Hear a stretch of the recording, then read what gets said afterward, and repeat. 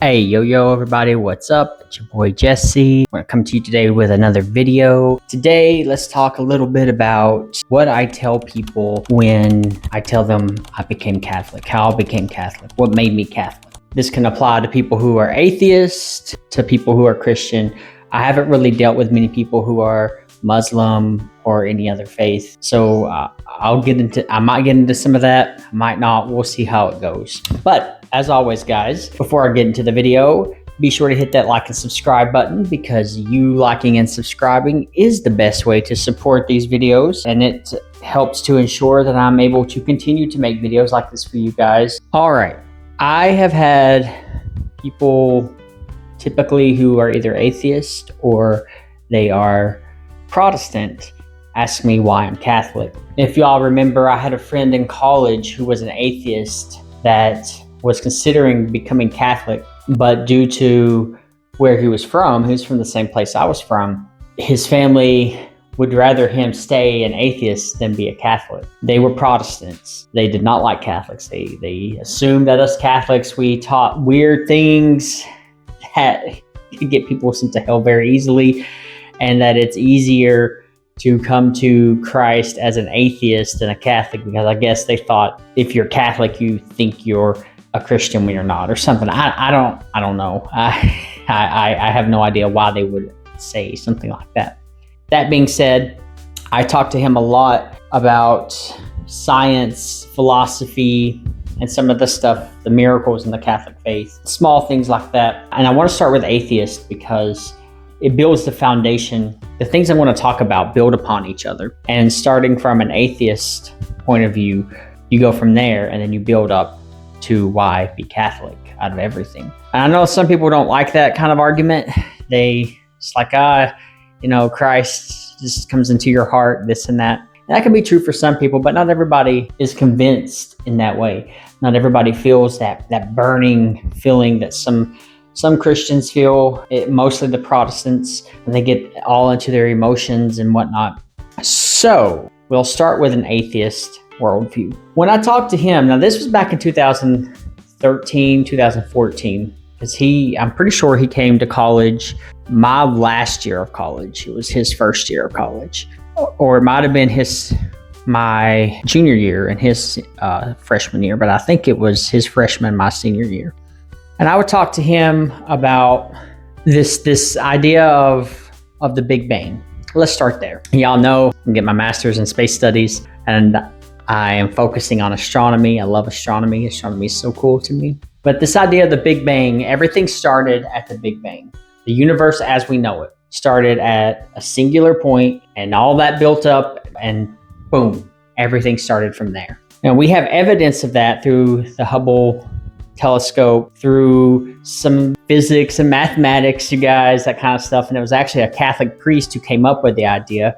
He was mocked for it by the scientific community. Even Albert Einstein did not want to accept what this Catholic priest had found. And eventually, Einstein had to accept that, yes, the universe is probably not eternal. It had a beginning, it had a start, and it started at this Big Bang. Now, if you want to go with what we have on science right now, if everything started at the Big Bang, time, space, and matter, that means that if there was something before the Big Bang, it had to be timeless because time started at the Big Bang. It had to be spaceless because space started at the Big Bang. And it had to have no matter, like no particles in it, because matter started at the Big Bang.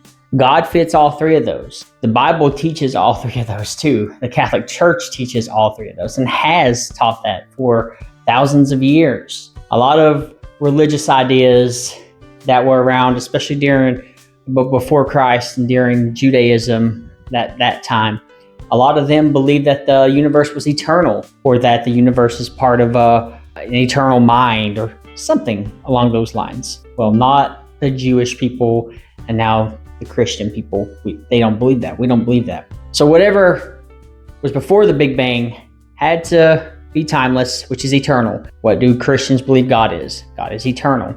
It had to be spaceless, which means it could be everywhere. It can be everywhere in this space because it created this space. What do Christians say about God? God can be everywhere. He can see everything. And it had to have no mass, no matter, I should say. Like no particles, no atoms, because all of that started at the Big Bang. The only thing that really could be like that is some abstract ideas like numbers or a spirit. And God is spirit. So the Big Bang kind of helped prove the existence of something outside of the universe. Now, you may not always say that it's God like the Christians believe, but that's a starting point that can get you into the conversation to get someone to think, okay, wow, maybe you have some valid ideas. And then you build upon that. It was St. Thomas Aquinas that talked about this, that everything that has a beginning has a cause or a reason for a beginning. Everything that begins to exist has a reason for it, its existence. Something caused it to exist. Now, I've heard this argument over and over from atheists, and I've heard, especially Richard Dawkins, bring this argument up in debates over and over, and they were being corrected over and over. I've heard it happen so many times. If everything has a cause for its existence, then who created the creator? That's not what the Christian says. The Christian says everything that begins to exist has a reason or a cause for its existence. Eventually, it has to get down back to something that never began to exist, something that has just always been. And as a Christian, we believe that that is God. God never began to exist. He is eternal, timeless, remember? He's eternal. This argument that, who created the creator? That's a straw man argument. That doesn't make sense. That doesn't go with what Christians actually believe. And this atheist, Richard Dawkins, he'd been corrected so many times in so many debates about that. He'd been corrected by William Lane Craig. He's been corrected by John Lennox. He was corrected by a few other people that I listened to him debate. And it's just ridiculous. It's a stupid argument. It's an argument that nobody's making. It is a straw man argument, because a straw man argument is an argument that you're attacking that the other position doesn't hold. And it's a logical fallacy. And if the only argument you can make are logical fallacies, and he said that was the fatal flaw argument, that's the big argument. That's the most important one. That's the one that takes it all down. It's not a valid argument. It's a fallacious one. So don't let anybody ask you that, because that's not what a Christian believes. A Christian does not believe that everything has a cause for its existence. A Christian believes everything that begins to exist has a cause or a reason for its existence. Eventually, though, that cause, that reason, once you go back far enough, there had to be something that has always been that kick-started it all. And like I said with the Big Bang, time started at the Big Bang. God's eternal. He's timeless. It goes back to that. So you can build that on the argument too. I'm trying to go through these quickly because the debates I listen to, man, they hit hard. They go on for 20, 30 minutes. I'm trying not to do that. There's also the argument of history. Once you establish that you do have a valid reason for believing in God, for being a Christian, once you establish that there is the valid reason for that you can prove it through philosophy or logic and science, build upon it with history. So why the Christian God? History shows that Christ did live. We have more historical evidence for Christ living than we do for Aristotle. But we still accept that Aristotle was a real man, that he did live. I think we might have more historical records of Christ living than even some of the most famous emperors that we know. Maybe even Alexander the Great. But we still accept that those people lived with less evidence. Christ can be attested to not only by the letters written in the Bible. And remember, the Bible is not one book. The Bible is a compilation of different books from the Old Testament and letters from the New Testament. So all those different letters that attest to Christ's life, especially the 4 Gospels, written by 4 different people, those are all on their own stand to show that Christ lived. But then we also have historical records. We have Jewish records. There was a Jewish historian, I'm blanking on his name, but he wrote about how Christ died. We have letters that Pontius Pilate wrote to Herod the Great about how he crucified Christ. We have letters that date back even after Christ died, but before the apostles died, letters that date all the way back to that time that talk about Christ and how he lived and how he died and how he was buried. And here's the kicker. His body was gone. So they believed in the resurrection. He was buried. Women went to go clean the body, as Jewish tradition would have them, and his body was gone. We have historical records of all that, not just from the Bible, but from letters and other things. So the trick then comes to trying to understand, okay, Christ probably lived, so what happened to the body? That's where you've got to start using a little more analytical thinking, creative thinking, to try and explain. The best thing to do in a situation like that is to listen to what the objections are. Most of the time, people will say the objection is that they were just lying. I find that one hard to believe because so many people died for that lie. Now, maybe if one or two people died, it would make sense. But there were more than one person. And then many of their successors who lived during the time of Christ, they died for that belief. They were martyred in Rome or within the Roman Empire, either by the Jewish people or the Roman people. Martyred them, killed them for their belief. And they did not recant. They did not say, oh wait, no, I was wrong. Sorry. We have no record of any apostle or any of their followers who lived at the same time as Christ saying that, okay, yeah, I lied. Instead, what we do have record of is the Jewish leaders actually saying, yeah, let's tell them that someone stole the body. But the Jewish leaders saw Christ as a heretic. They saw him as a blasphemer. They're the reason he was crucified. So this whole idea of them just straight up lying, it doesn't make sense that so many people died for the lie. Maybe a few, you could probably even say 12. Let's just say all 12 apostles. But even their successors, again, who lived at the same time as Christ, many of them died. 2 were killed because of their belief. Especially during the time of Nero, he was different. He was a bad guy, and he had a lot of people killed. Although there are some myths about how bad he was. So that you got that, and then you have people who think, well, it was just mass hysteria. One person believed it, so they all believed it, and it got into their head, and they all had a mass hysteria. They all had a mass hallucination. Well, mass hallucinations don't happen like that. That's not how that works. For Christ to appear in so many places after his death and his spirit to come down so people could see him so many times, it would not make sense for hundreds of people to see Christ if it was mass hysteria. That just wouldn't make sense. Hundreds of people having the exact same hallucination, no, that doesn't, the exact same delusions that Christ is resurrected, that does not make sense. There's no other way to say that, guys. There isn't. You could say that they all had the same delusion. They all had the same hallucination. All these people, it doesn't make sense. Also, to build on the atheist argument before I get into why be Catholic, Catholic miracles. You have the Catholic miracles of actual bread and wine that become actual body and blood. You have those miracles. You have miracles of the saints who have died and their bodies have not rotted away. They've been dead for hundreds of years and their bodies are still in perfect condition. You have people who have had visions, kids who have seen Mother Mary and run back to their village and tell people.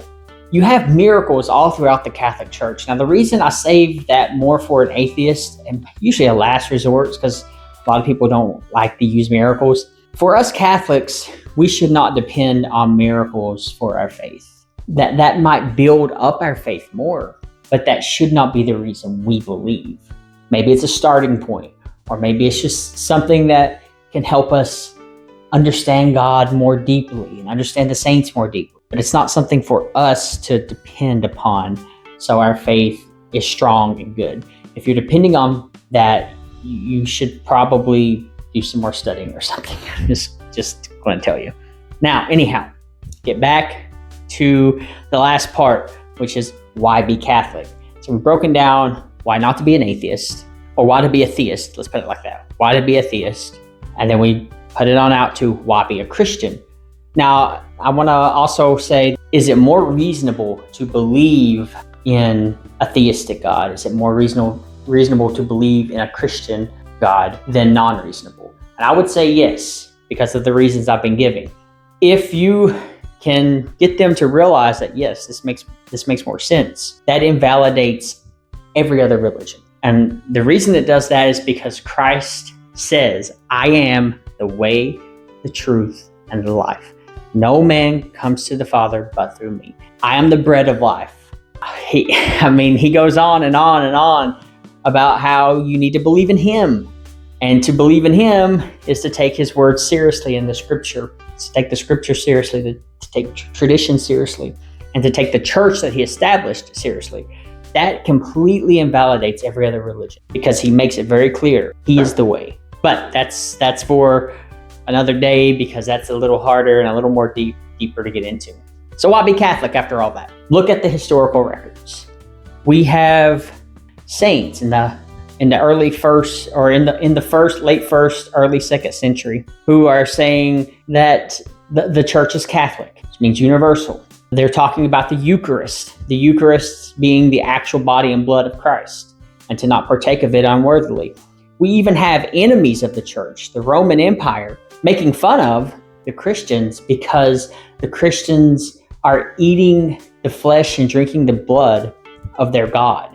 The Romans making fun of the Christians for that, mocking them, because the Romans would never think to do something like that. You know, their gods were like the emperors and the Roman gods, Mars, all of them. In their mind, it would be right to mock the Christians for believing that they could do such things. So the Eucharist already, that alone, invalidates every other Christian except for the Orthodox. So then you just got to establish that there was a pope. And we also see that. We can find a pope from the current pope we have, Pope Leo, all the way back to St. Peter, Pope Peter, the first pope. It's a little harder for me to go over that because there's a lot of history in that. But needless to say, Clement of Rome, he was a pope. He wrote to, I want to say he wrote to the Roman church. He might have wrote to the Corinthian church. I can't remember which one it was. I'll have to reread those documents. But he's basically talking about submitting to Rome. I'm pretty sure it was the Corinthian because he was in Rome. He would not be writing to the Corinthian church telling them how they need to behave and the things they need to be doing if there was not a pope. Their local bishop would take care of that. And you have the popes who, throughout the first 3 centuries, would say, hey, this is doctrine. This is what we believe. And they would take down people like the Arians who believed that there's no Trinity. There was Saint Augustine who said that he would not know Christ unless he knew the church, and that they needed to submit to Rome. And Rome, obviously, is where the head of the church was, the Pope. So the history kind of backs that up. That one's a little harder. I'll be honest with you all. Of all the Christian churches, the Orthodox Church is the hardest one to talk to because they also have a history. The Orthodox and the Catholics can trace all their bishops all the way back to the apostles. And so the way they interpret history is a little different than the way Catholics do. They're harder to deal with. I have not done enough research to be able to tell you everything on that, but basically everything I've told y'all, it makes sense to at least either be Catholic or Orthodox. The history shows it, the science shows it, the philosophy shows it. I know I've went through a lot in a short period of time. It's because I don't want to make a really long video. So I have other things I got to do. But that's just what I wanted to tell you guys. That's what you should say to people who come to you. Find out where they're at, and then you go over the science and the history and the philosophy and all that. You go over that stuff with them. But let me know what y'all think in the comments section down below. Is there any particular thing that you have trouble with that makes you not Catholic? If you're any other idea, Christian belief or religious belief, or an atheist, let me know in the comment section below. We'll talk it out. We'll figure something out. Sometimes I can be a little rough, but I do like to have a good, fun debate. And I do like to have a good, fun discussion. We don't even have to debate. We can just discuss it and go over why you should be Catholic. Hit that comment section down below. Let me know. Let me know what's going on. For any of my Catholic friends, is there anything that y'all struggle with, or when you're talking to people that there's an objection that you hear that you don't know how to answer? Comment down below. Let me know. And of course, guys, as always, know that y'all are valuable, that you matter. God bless and peace.